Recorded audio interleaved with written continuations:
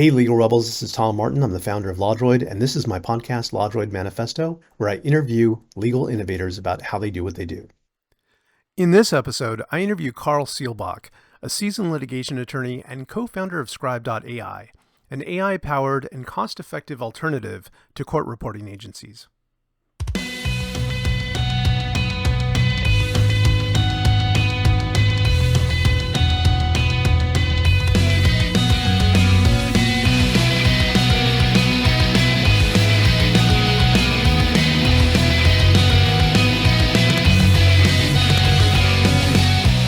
Hey there, welcome to the LawDroid Manifesto podcast. I'm Tom Martin, your host, and today I have a very interesting lawyer entrepreneur who's in legal tech. His company is called Skribe.ai, and he's also a practicing lawyer. So I want you to meet Karl Seelbach. He has a lot to share with us about his journey. And with that, Karl, if you could tell us a little bit about what you're working on and where you're at right now. Yeah. Well, first, thank you for having me on the show. I know just before we hit record, we mentioned we hadn't officially met. So this should be a really fun podcast where we can kind of get to know each other. So thank you for having me on. So I'm based in Austin, Texas. I am a primarily personal injury defense attorney. I've been doing that for about 17, I guess going on 18 years. So I'm a co-founder of a law firm here in Austin. We've got 15 attorneys, 12 paralegals. I hesitated because we just hired another one. And then I'm also one of the founders of Skribe, which is changing the way that attorneys and their teams capture and analyze testimony, things like depositions. So that's physically where I'm at is Austin, although mentally I'm all over the place. I've got kids that are pulling me towards volleyball games, and work's been busy lately. I took a deposition myself this week, so I'm in the trenches. You definitely have a lot going on. It sounds like, 12 going on 13 paralegals, you said? That sounds right. I thought you were talking about my daughter for a minute because my daughter is 12, just turned 13 years old. Oh. So when you said that, I was like, well, I hadn't mentioned that yet. No, I think it's 12 going on 13 paralegals. We're actually hiring right now. So yeah, it's a team of about 27 people at the firm. And we grew that from originally just two people, Trek Doyle, my really good friend and law partner, and me. So we started the firm together with one client and one case. So it's been an adventure. Wow, that's fantastic. And Austin is actually where, the Clio Cloud Conference is going to take place this year, as well as the American Legal Technology Awards. That's going to happen right before that takes place. So sounds like you're going to have a great host city there. There's a lot of cool stuff going on. And by the way, will you be at the Clio Cloud Conference? I will be there. Yeah. And Austin is a wonderful city. I would love to connect with you. Maybe we can grab barbecue while you're here. I live in just outside of Austin in Dripping Springs, which is also for the people that are visiting from out of town for ClioCon or for the American Legal Technology event. Dripping Springs is awesome. It's a great place to get a feel for the hill country, and there's breweries and barbecue places and places with live music. So it's a great place to live. Yeah, well, you don't have to twist my arm, especially with barbecue involved. So that sounds like a lot of fun. Yeah. Okay, so want to go back to the inspiration, what got you started. First off, you were a poli-sci major, right? Yeah, double majored in general business and political science after I decided I didn't want to be a CPA. Both of my uncles are CPAs in Norway, and they had originally, told me, you should go into accounting. And so I thought maybe I wanted to do accounting, and got through intermediate accounting and decided I'm kind of bored. I'm bored with all the numbers. I want to do something else. So ended up doing a double major in political science and general business. Okay. Interesting. Like for me, it was like I wanted to go med school, and then I turned around and I ended up going to law school. But I see that, the business aspect of it has probably informed the things that you're doing now, right? Yeah. Like, has that come in handy? Yeah, I think so. I think it gave me a really solid foundation. And quite frankly, even though I joke a little bit about the accounting, taking all of those classes, both the accounting classes as well as the math classes that go into that type of degree, have really helped me as a business owner and a founder and someone who kind of launched their own law firm. So I think all of those things kind of brick by brick begin to lay the foundation. And I possibly going to law school was always on the table because my dad has done expert witness work for about 40 years. So my first exposure to the world of law was as a kid. I would walk into my dad's home office and I'd, be like, "Hey, Dad, let's throw the baseball. What are you doing? Let's go play outside." And he would sometimes be knee deep in deposition transcripts, and he would look at me and say, "Hey, we're going to do that in just a little bit, but right now I'm reading a deposition." And at some point around, I don't know, probably 9 or 10 years old, he decided to hand me a deposition on a really gruesome personal injury case and kind of flip to the more interesting part of the transcript and just let me read it. And that was my first kind of spark, so to speak, of interest in potentially becoming an attorney someday. I actually thought it was pretty interesting. I remember talking to my dad about, the case and how the accident happened, how gruesome the injury was. And so as a 10-year-old boy, I was fascinated.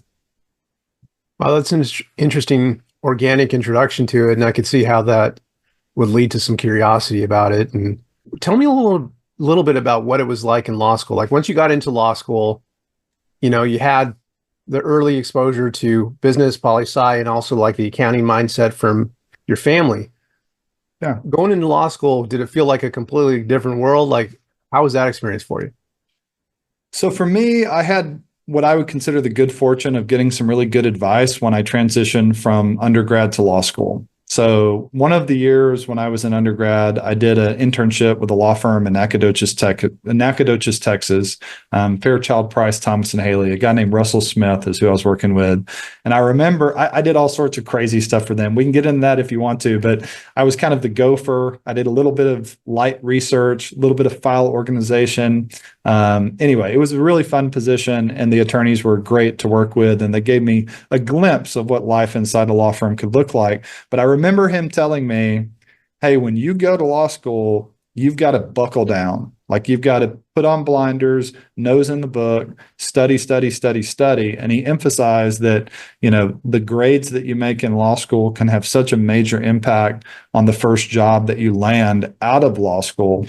And so at Stephen F. Austin, my undergrad, I wasn't nearly as studious. I did go to class. I did make okay grades, but I was really involved with the student body. So I was in student government. I was in all types of organizations, my fraternity, and I was an officer in a lot of those things. So a lot of my time was spent with all these extracurriculars. But when I went to law school, I took the advice and I just my nose was in the book the whole first 2 years. And I ended up towards the top of my class, like one of the top 2 or 3 students after the first year, which helped a ton with on-campus recruiting. So for me, the transition from college to law school was really one where, okay, now it's time to just focus, extreme focus on making sure I do all the reading, all the classwork, all the, library time I can so I can knock this out of the park. So after that, like once you got out of law school, did you go straight into one of those jobs with a firm that was interviewing on campus, or did you find something else? I did in a 2-step way. And what I mean by that is after the first summer, I actually had an internship with a plaintiff personal injury firm. And I found that pretty fascinating. I was working with some attorneys who had an asbestos mesothelioma docket, and they had me doing all sorts of interviews, and actually drove or flew to Lubbock at one point to go do some research at some special collections library to try to find evidence that this worker had been exposed to asbestos back in the 70s. It was super interesting work, but I had also gotten my grade results and realized, I had landed really high in the class. And so that on-campus recruiting, which happens in the fall of the next year, ended up landing me an offer with a couple of the big firms, which to a young law student, those numbers of what they offer in base salaries and even just the summer salaries can be pretty enticing. So had a great time working at the plaintiff's firm. I loved the people who worked there. They did offer me a position to come back the second summer, but I ultimately declined that and went with 2 larger firms. And I did end up working at one of those 2 firms. My first full-time job out of law school was with Winstead, and that was one of the 2 firms that I had spent half a summer at after my second year. Now it's coming on around 10 years, right, that you founded your own firm? Next year will be 10. That's right. Yeah, 2025. It's my dad, I think he noticed on LinkedIn earlier this year, I get a text from my dad. Did you realize that half of your legal career is now at your own firm? And it was like the 9 year, 8 month mark or something like that was kind of the break point at which, okay, I've now had my own law firm just as long as I was at Winstead. So that was kind of a big milestone, actually. And how did that transition happen? Like from going to, working for someone else to doing your own thing? What was the inspiration for that? Well, it was painful experience, if I'm being transparent. Please. Although I knew I probably always wanted to have my own business someday, like that was something I just kind of had that entrepreneurial bug. Even when I met some of the Winstead attorneys at on-campus recruiting, I remember one of them who I was a great mentor and a great friend. She said, you kind of sound like an attorney that would just hang out their own shingle, like as I was answering some of the questions that they were posing in these interviews. And of course, my answer was, no. I'm really eager to get the training and I just want to learn about business development and all the aspects of running a business, not just being an associate, but how it all fits together. And so anyway, long story short, I learned a ton at Winstead, amazing law firm. But when I was doing all types of litigation, I was doing commercial litigation, construction litigation, some appellate, and some personal injury defense. And what I learned over that period of about almost 10 years was I really enjoyed the personal injury defense work. Like I found it very interesting to go to site inspections, to go take depositions. I felt like there was a lot more investigative work in those types of cases versus some of the financial services litigation, the construction litigation, felt like a lot more documents, at least at the phase in my career where I was as an associate. I was doing a lot of document review. The personal injury was very appealing to me, and it kind of went back to what inspired me to go to law school, which was my exposure to some of my dad's cases, which were all personal injury cases that he did expert witness work on. So long story short, Trek and I had decided, if we're ever going to be able to grow this practice beyond one client or one or two clients, we really need the flexibility that comes with opening your own firm, right? We can reduce our rate from what big firms charge, not just Winstead, but Winstead's peers, right? They don't typically have big personal injury practices because their model's different. Their rates are higher. So, Trek and I decided if we're ever going to do this, now's the time. And so when we left, the problem that occurred was only one of the two clients went with us. And so it was kind of this, wait, what just happened? This was, kind of whiplash moment. And it was painful, like very painful, financially painful. It strained relationships that, I had with attorneys that I worked with at that firm. And I learned a lot. I learned a lot about the right way to leave a company versus maybe not the best way. I learned a lot about, myself professionally, emotionally. So it was a challenge at first, but I think I can say looking back now that it was probably, even though I don't like the way it happened, the exit, so to speak, it was the best thing that could have ever happened in my career because it took away that perceived safety net of I work at a big firm, I can stay here as long as I want. I had just made partner within the 6 months to a year leading up to this departure. And we had a couple of clients, nothing to necessarily brag about, but we weren't very well diversified. Like we just had a couple of clients that we were doing work with. And because of the way that all happened, when we did launch our own firm, we were extremely hungry for work, right? Because we need to pay our rent, we need to feed our families. But I also just kind of had this fire in the belly of I am going to go prove that we can do this, right? We can build a law firm, we can bring in clients, we know how to do this type of work, personal injury defense, and by God, we're going to build it. And so that was kind of the attitude that we had when we started after getting, punched in the gut on the way out the door. I hear you. Like in business and in life, like sometimes things don't actually play out the way that you have them in mind, or you think it's going to go one way and it goes a different way. But I think, it's really a reflection of us and our character, how we roll with the punches and make the best of things moving forward. And that's really all we can do. So I'm glad that things worked out. Yeah, And it wasn't. I don't. If I'm thinking back to that time frame, it was definitely very stressful, and there was no guarantee that the firm was going to do well.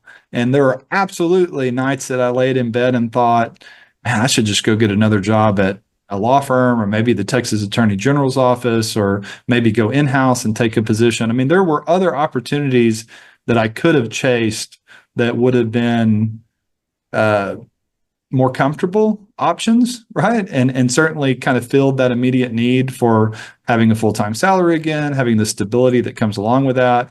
But I had a lot of confidence in my ability to start a business and grow it. I had a ton of confidence in my law partner, Trek.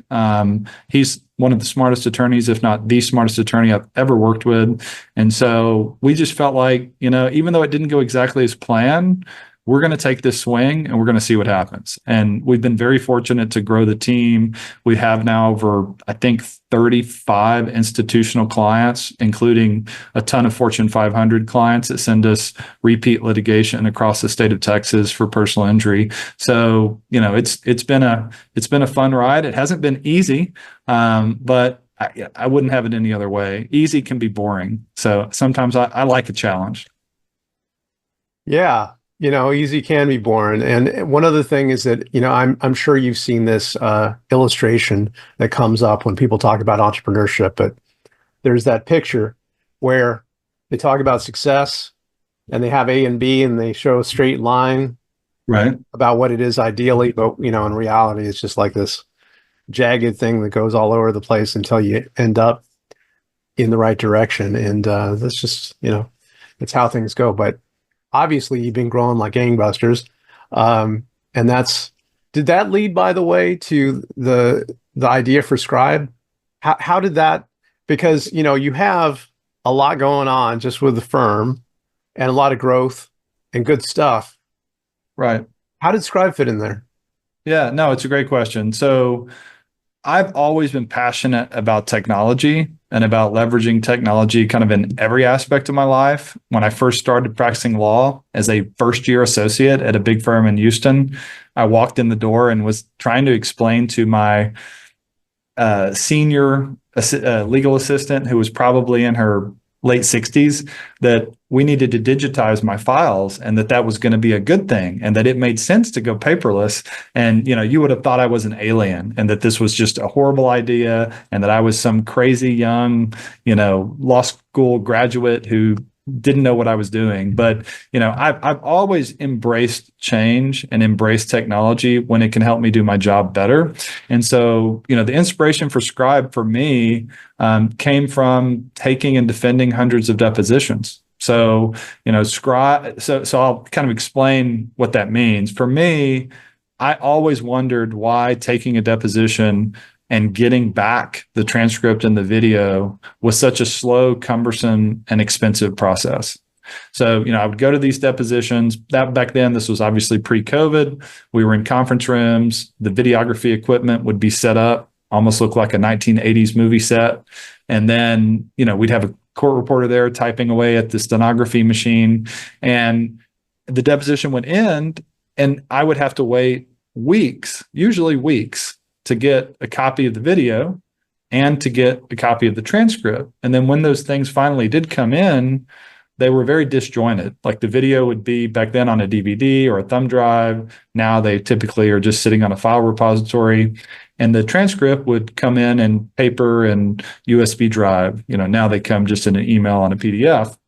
But I would think to myself, gosh, there's got to be a better way to use technology to speed up this whole process. Like I should be able to end a deposition and come back in an hour or two and have a video sync transcript ready for me to review, ready for me to analyze, to dive into so that I can move along to the next step in my case quicker. So that was real. That combined with looking at the invoices and seeing just how expensive it has become to take a deposition are a lot of the driving factors that really inspired me to try to change that industry by launching Scribe.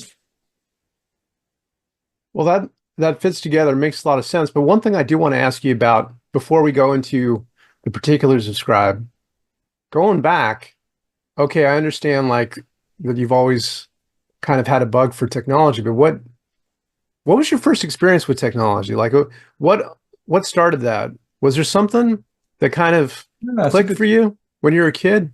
it's a good question. Yeah, thinking back to being a kid, I mean, I remember just being fascinated by the internet, right? When I first got the internet, sitting in a small ranch home in Henderson, Texas, and listening to the sound of the dial-up internet, and connecting on with AOL, and beginning to experience, what the kids that were, I guess, raised in the that probably would have been the early 90s at that point in time. So, I was very fortunate to have parents who were willing and able to, buy us a computer. We shared it obviously amongst the entire family, and that we had access to internet, and that we, gaming stations, Nintendo, Sega, all those types of things back then, PlayStation. I think that was probably my first exposure to technology was through a combination of gaming as a young kid and signing onto the internet for the first time, and remember listening to that dial-up modem every time I would connect. And I think, I could tell pretty quickly that the internet in particular was going to change a lot of things. And the example I can give you from my personal life would be I bought the very first Netflix streaming device that ever came to market. And I remember bringing it home to our apartment, and my wife, who was girlfriend at the time, and I remember bringing it home to the apartment and hooking it up and telling her, we're going to watch Netflix on this box that I've connected to the TV. And instead of, mailing the envelopes back and forth and back and forth. And I think she thought I was crazy at first. And, that was Roku was the company that brought the first Netflix streaming device to market. But I could tell that was going to work. I mean, that there was something there. And, I was also an early adopter with cryptocurrency, jumped into that pretty early as well. So, I definitely don't, all my calls aren't right, but I kind of do feel like I can begin to see where the puck's going to be on certain technology things a little bit early, not as early as visionaries. I'm not suggesting that, but I can at least start to see it pretty early. And so for me, Scribe is an indication of that. Like that market, to me, it's just crystal clear. You have a classic supply and demand problem in the world of court reporting. You've got a growing number of claims, a growing number of cases, and a lowered number of stenographers, right? They're retiring. There's not enough going to school. So you have a supply and demand gap, while at the same time, you have over 80% of depositions are done like this, right? Through Zoom or something like Zoom, where we can leverage modern technology to generate a transcript and record the video and deliver a video record. And so, I think I don't know. My passion for technology is what inspired me to start Scribe. And it's why, I sometimes joke with my team at Scribe, it doesn't feel like work. Like for me, when I'm working on Scribe, it doesn't feel like work at all because I truly enjoy it. And I will actually say the same is often true with the law firm. Not always. Like there are days when I'm slugging through some discovery responses or a motion or dealing with an obnoxious opposing counsel that I definitely don't love being an attorney on those days. But I would say most days, more days than not, I genuinely enjoy the type of work that we do at the law firm as well. Well, I definitely connect with that, because I think that when you do something that you love, it's not really work. It's something that you're passionate about. And if we're lucky, we find that in our life. That's right. So I'm glad you have too. Let's talk a little bit about Scribe in particular. So if you could break down, like, what does it do? Like, what are the different things it could do for people? Yeah. So Scribe really has two major products: Scribe Live, which is for capturing legal testimony in a live setting. So think like a remote deposition, an examination under oath, maybe a remote hearing, recorded statement. You can use Scribe to take that deposition in almost every state. There are a handful of states where you can't do non-stenographic depositions, but most states you can. And the way that works is Scribe actually staffs those events with a certified notary to swear in the witness and to monitor the recording end to end, and just to make sure the event goes off without a hitch, to make sure that, they provide light technical support, make sure that everyone understands what's happening, how it's happening, help capture unique spellings of names or words and those types of things. So for the Scribe Live product, you can take a deposition, and within about an hour to two, you have a video synced record that you can immediately access on the Scribe web app and a transcript. So it's a very impressive way that you can go in and digest a deposition. Literally, we had a client who took a deposition in the morning, created video clips on the lunch break of that deposition, and then used the video clips as exhibits in his afternoon deposition in the same case. And the defense lawyers, their minds were blown. They had never seen anybody do that. And they were just wondering, how did you get this morning's deposition and you've already created video clips from it to use in this afternoon's deposition? Wait, we don't understand what type of wizardry just happened. And so speed's a big deal. And it's also very cost effective. But that's the number one use case right now for Scribe, is taking the testimony, and it just speeds it up and cuts the cost by about 50%. And then the second part of Scribe, which we actually just launched, the biggest feature that I've kind of been getting really excited about because I've been testing it, is what we call Scribe Library. And Scribe Library lets you take either the live event that you hosted with Scribe or any other audio or video evidence in your case. So it could be a video deposition that you took with some court reporting firm, or opposing counsel took it with a court reporting firm. Could be a body cam recording or a 911 call, or just any audio or video file.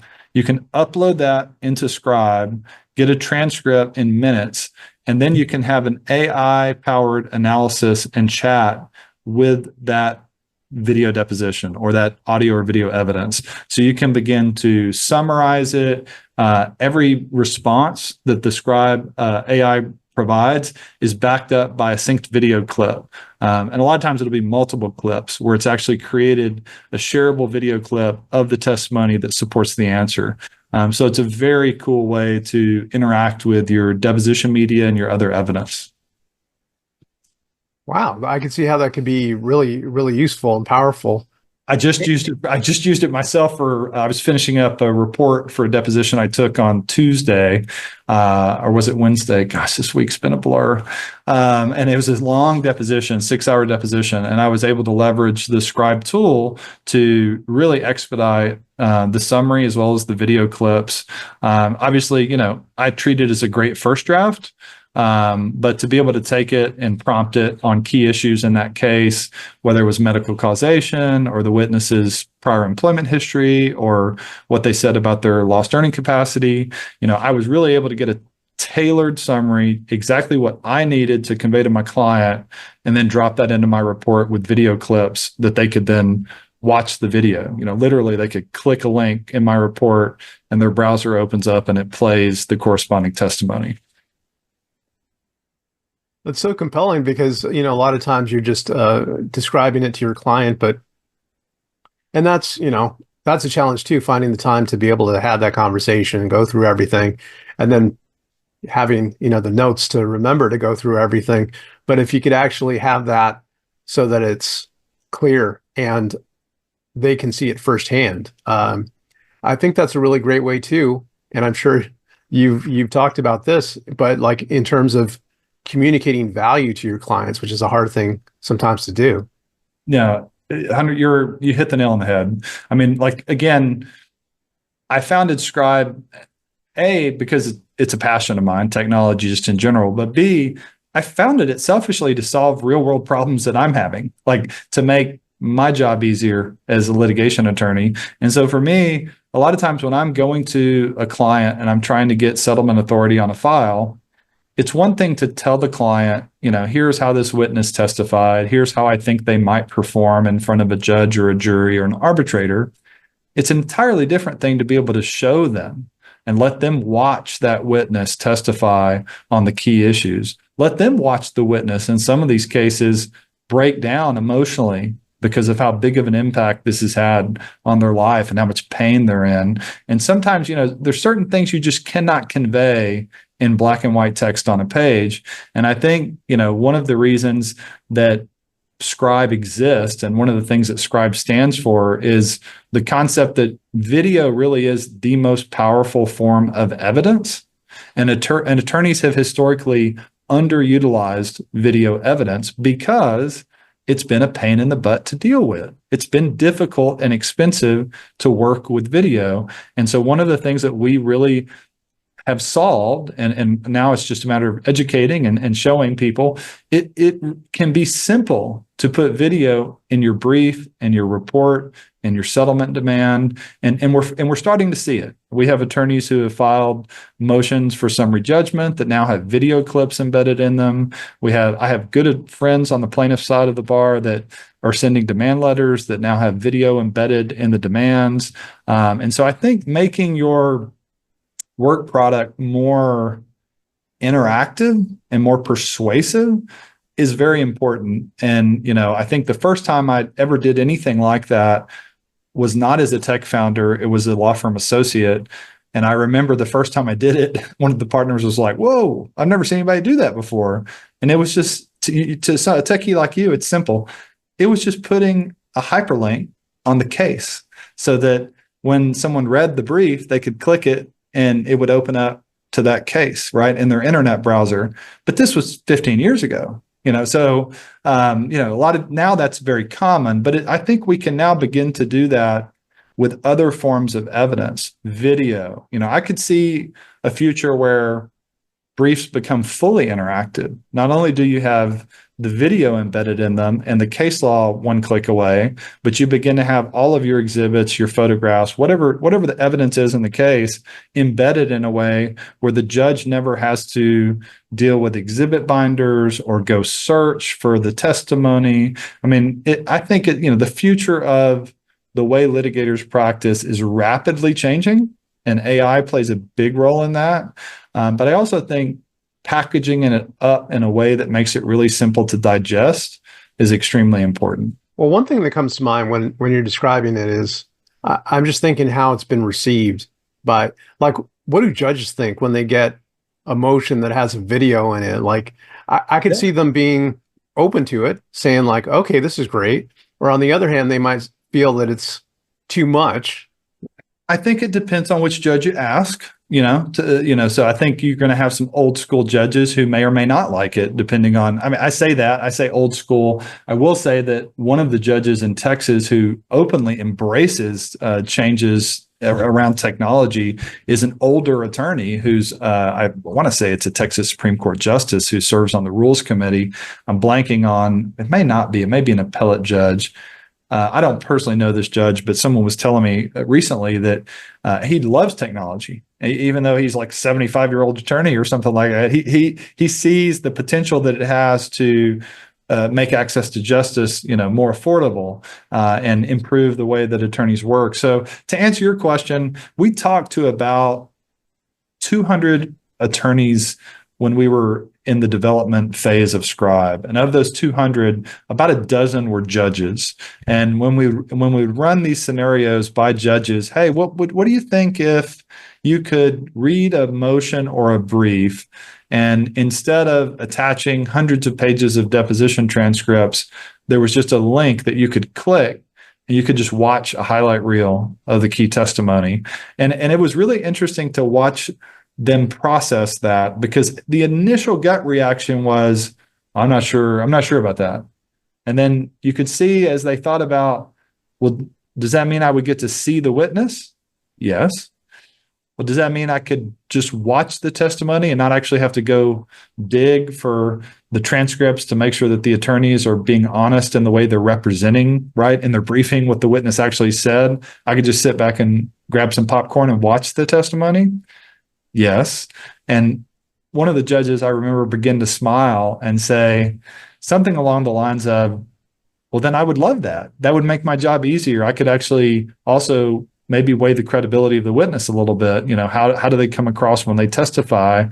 Not just the words on the page, but the emotion, the tone, the look on the face, and those things. It's interesting that as lawyers and judges too, like our knee jerk tends to be like, no, no, Yeah, you can't do that. they must train us. They must train us in law school to say that. I don't know. Just say no. Um, but the other thing about what you said is that, access to justice, efficiency, like that gets a lot of attention, efficiency. But I think what you've really brought to a head with Scribe is the emotional dimension that really gets kind of set aside with what we do, because so much of it is argumentation, logic, reasoning, holding reasoning, procedural history. Like it's very like technical and removed, That's right. and and although there is a place for that professional distance, there's also a place for that personal closeness because ultimately we're dealing with, a drama that involves people, and it's the people that ultimately resolve it amongst themselves, hopefully. Yeah, I think that's really well said. The other thing that I think plays into this is juries expect video evidence, and they see it presented in TV shows and movies in a much more tech savvy way than a lot of litigators present their cases.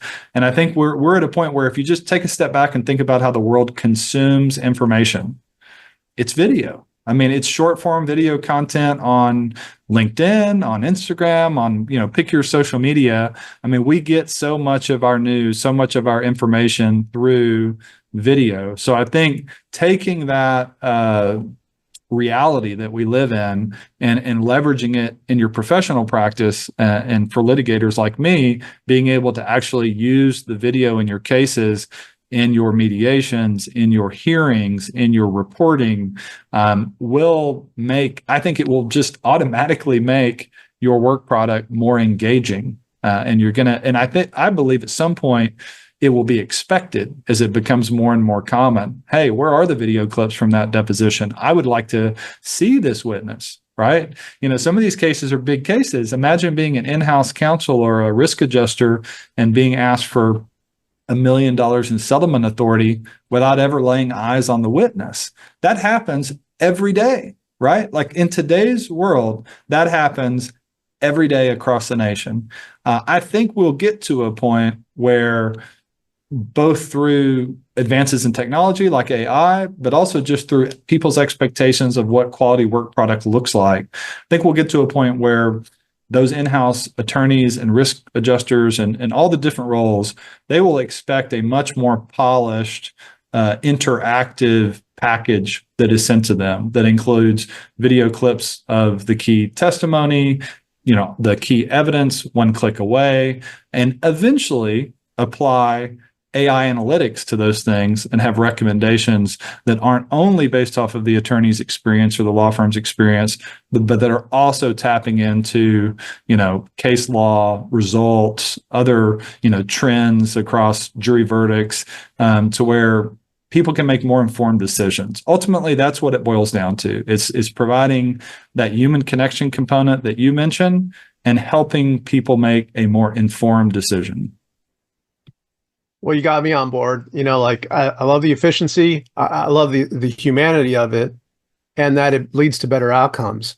I am interested to know though that, like I mentioned before about that diagram, it's not always a straight line. Like what were some of the bumps in the road, or some of the things that you learned that you didn't expect to learn that came up?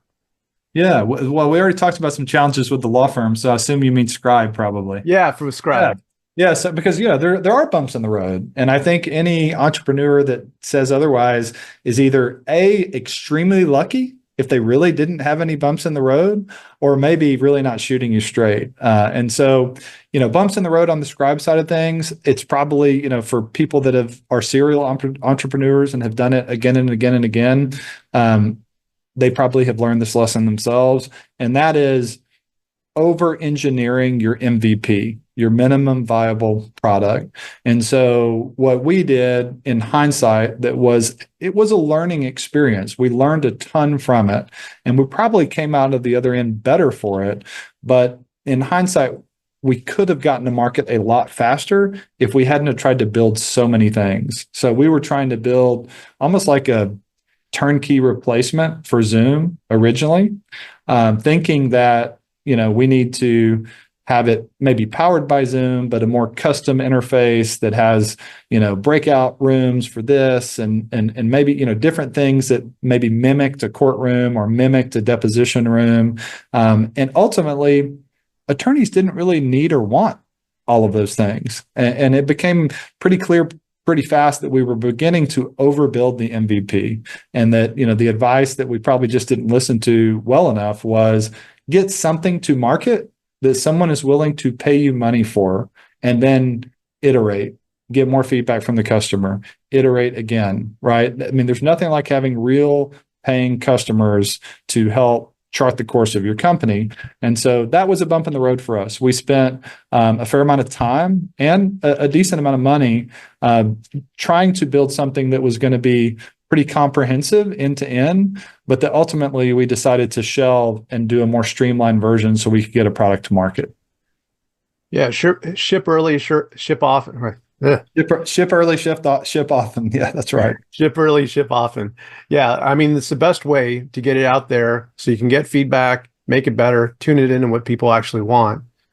But it is scary because, if you're comfortable, if you're completely satisfied, it's going to take some time to get there to actually get it out in front of people. So, yeah, and I think another challenge that a lot of entrepreneurs face is you see the problem very clearly, especially if you're founding a company and starting a product in a space where you have firsthand real world experience. So like you're an attorney and you have a legal tech company, same here. So I know what the problems are that I'm trying to fix because I've lived those problems.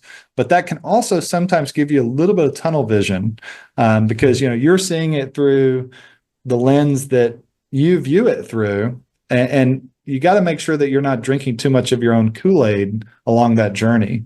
And so one thing that we really tried to do was get as many outside eyes on this as possible and talk to as many attorneys that try to get to attorneys that don't even know me. So they're not just saying nice things, just, to be nice. Like the book, The Mom Test, which is a really good book if you've never read it, about kind of product development and how, your mom will also always tell you nice things, but it's not necessarily the truth. And so, I think that is also an important part to building a successful startup, is making sure that you get feedback from as many different angles as possible. Doesn't mean you listen to all of it, because you don't want to be all things to all people, but you also don't want to get too focused on thinking that the founders know every single thing about the way this should be built, sold, distributed, because that's pretty rare. It is rare. What do you think about the future of this? Like, where are you planning to take it? Is it about but is it about growing it and getting more customers? Or do you think there might be like technological changes you'll make to it? I mean, AI seems to be coming up with changes every single day. What are your thoughts? Yeah, I mean, I think there's several things that I'm always thinking about. If we really want to get this will sound far-fetched to your listeners, but I just gave a CLE where this was one of the topics. How far are we from VR or AR depositions and virtual hearings? I don't know the answer to that. I know Apple just introduced their first headset just last year, and Meta is now on version 2 of theirs. And, I think today most attorneys would say that's crazy. I'll probably never do that. But I think they would have told you the same thing about Zoom depositions if you asked them 10 years ago, would they ever do their depositions and their hearings on a computer? So, we're not actively developing for VR, but I think that the future of capturing testimony, of appearing for a hearing or a deposition, could potentially have VR in it as those products go from niche professional grade to consumer mass market. So that's something I'm certainly curious to test someday. In the more near term, what we're doing is taking the power of generative AI and applying it to analyzing depositions. One of the things that a lot of litigators or their team members will tell you is cutting up video clips for a trial or mediation is a pain. It either takes a ton of time or a ton of money, and you're paying a vendor to do it for you. And so one of the ways that we've leveraged AI in our latest tool, Inscribe, is the AI does it for you. You can just prompt the AI to say, hey, can you create video clips for me on topic X from this deposition? And it will go in and create all of those clips for you. And then you can download them. You can share them with a hyperlink, like you and I would share a YouTube video, put it in your, page line designation report, whatever you need. So, I think we're looking at near-term solutions versus long-term roadmap. And we're trying to get as much customer feedback as we can along the way. I think the biggest shift that I expect to happen is we really do have a shortage of court reporters in the U.S. And I think that problem is going to continue to get worse because young people aren't going to court reporting school. I absolutely believe court reporters have a place in the legal market. They are extremely skilled. They're extremely qualified. But I think that place is probably going to be where they're needed most, like jury trials or extremely important evidentiary hearings, complex high dollar litigation. And so there's definitely going to be a demand for that skill set. But where I think you'll see software like Scribe begin to fill the gap is all the other stuff, right? The literally tens of thousands or hundreds of thousands of car wreck cases that are filed every year, where not every case is a fatality case or an extremely high dollar case, but you need to be able to capture that testimony. You need to be able to quickly move on to the next step in your case. And so I think, that's probably just a glimpse of where I see the market headed. All right, I got to ask everybody this. Especially with everything you have going on. You got the firm, you got tons of people, you keep growing the firm, which is a good thing. And also Scribe, which at the same time, like that in itself, it's its own business, but it actually is a great superpower for your firm. Absolutely. So all of that stuff together, got to ask, how do you keep juggling? How does that work? Keep sane. Yeah, it's hard. There's no secret sauce. I mean, I would say I couldn't do it without the incredible partners that I have at both companies. So my co-founder, Tom Irby on Scribe, as well as head of product, Corey Bryan, are just amazing leaders at that company. And Tom, is full-time CEO. I'm kind of the talking head founder, I guess you would say. They tell me, go on a podcast, go speak at this CLE, go speak at this conference, largely because, the idea for it was mine and Tom's. And, I'm the litigator who's lived depositions and really sees how this can help attorneys. But yeah, I mean, without Trek Doyle on the law firm side and without Tom on the Scribe side of things, I wouldn't be able to do it. And the one thing that I've learned on the journey of becoming a business owner, first with the law firm and then with Scribe, is you have to have mentors. You have to have team members that you can lean on, that you can rely on. You can't do it all yourself. Trust me, I tried.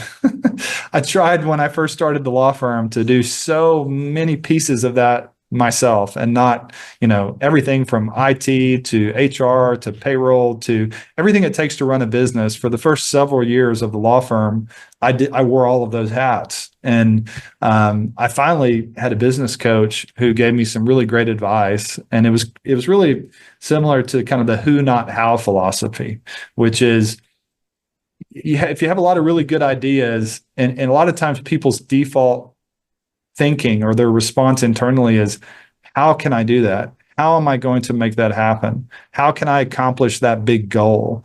And a better way of thinking about it is, who can help me do it?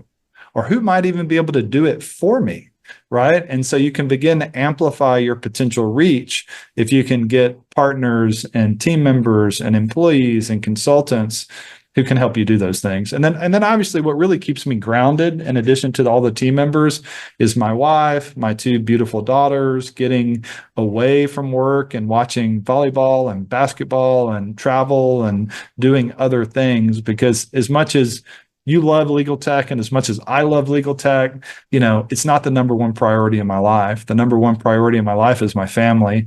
And I think that it's important to also keep that healthy perspective in mind. Well, I hear that. And that you also anticipated what I was going to ask you next, which is what makes things worthwhile. But obviously, it's your family. Yeah, I mean, I think number one thing is family. So, again, I'm fortunate to. One of the things I like about being a business owner is it gives me the flexibility to be where I want to be when I want to be there. And so if I need to be at my kid's school, I'm going. If my kids have a volleyball tournament, I'm going to be there. Like almost always, could there be something that could get in the way? Sure. A jury trial could potentially get in the way, but most of those things are pretty easy to schedule around. One thing I do like about being a litigator, and I joke with my team from time to time, true surprises in the world of litigation, like from a deadline perspective, are pretty rare, right? We have a scheduling order, we have a docket control order, we know when the trial is many, many months in advance. So, good planning can avoid surprises. But back to kind of your original question of, I guess really what you're asking is, what's my why? Like, why am I doing what I'm doing, or what kind of makes me want to do it?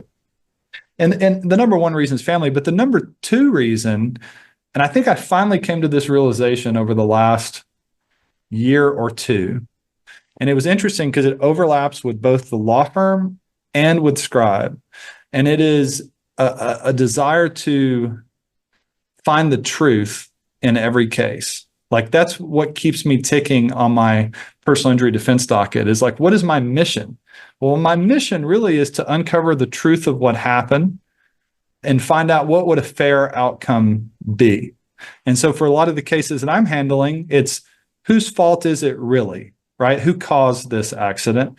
How bad was this person hurt? And what impact is it going to have on their life? And what would be a fair dollar figure to pay to try to resolve this case? Or should we try the case if we can't agree on a reasonable number? And the reason I say it overlaps with Skribe is, in my practice, and I think this is true in a lot of types of litigation, the quickest way to get to the truth, the quickest way to get to the truth is to take depositions. And, I think attorneys sometimes hesitate and wait too long in a case before just noticing depositions. Like, let's get people sworn in and let's start asking them the key questions in the case. And I think cases would move faster and the justice system would move faster if attorneys were just a little faster in taking testimony and taking depositions and moving on, to the next thing in the case. And so I see a big overlap between the two. And it kind of, when I talk to my team, when we hire people, we talk about kind of the law firm's mission. We talk about it in those terms, as, it's not a win at all cost mentality, although we do like to win. It's more of a justice and truth-seeking mission, right? We want to find out what really happened. And it's a lot of times it's not crystal clear at first. And you have to do some digging before you can really find out the truth of either what happened or how bad someone actually has been injured. Well, Karl, I think that's a compelling why, and probably a good place to stop. But I do want to ask you, for people that want to learn more about Skribe and learn more about you, how would they do that?